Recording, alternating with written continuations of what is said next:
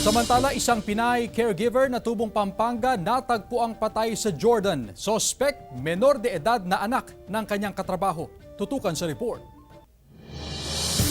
Wala siyang puso sa ginawa sa ate ko, and kung bibitayin siya is parang hindi pa sapat yung isang bitay, 5 bitay pa. Mangiyak-ngiyak si Veronica Santos nang maglabas ng galit kaugnay ng pagpatay sa kanyang kapatid na si Mary Grace Santos sa Jordan. Mahigit 8 taon ng caregiver si Mary Grace noon nang mabalitaan ng kanyang pamilya ang pagkawala niya nitong October 11. Sinubukan pa raw siyang kontakin pero hindi na siya sumasagot.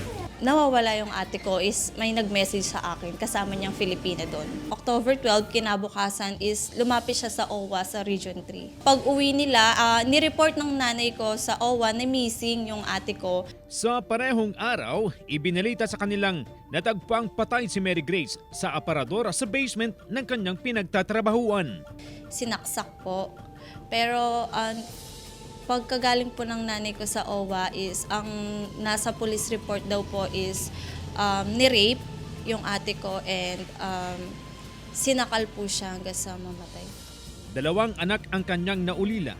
Walang kapatawaran ang ginawa niya sa mama ko. Hindi niya man lang naisip na meron siyang mga anak na binubuhay. Pina-assist ko po sa ating legal office, kay Attorney Andin, para po mapabilis yung pagkuha nila ng special power of attorney which is needed para sa mga documentation.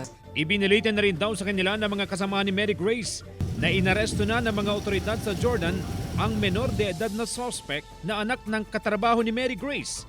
Matagal na umano itong may gusto sa biktima. Nanawagan naman ng tulong sa gobyerno ang ina ni Mary Grace para mapabilis ang proseso ng pag-uwi ng kanyang mga labi sa Pilipinas.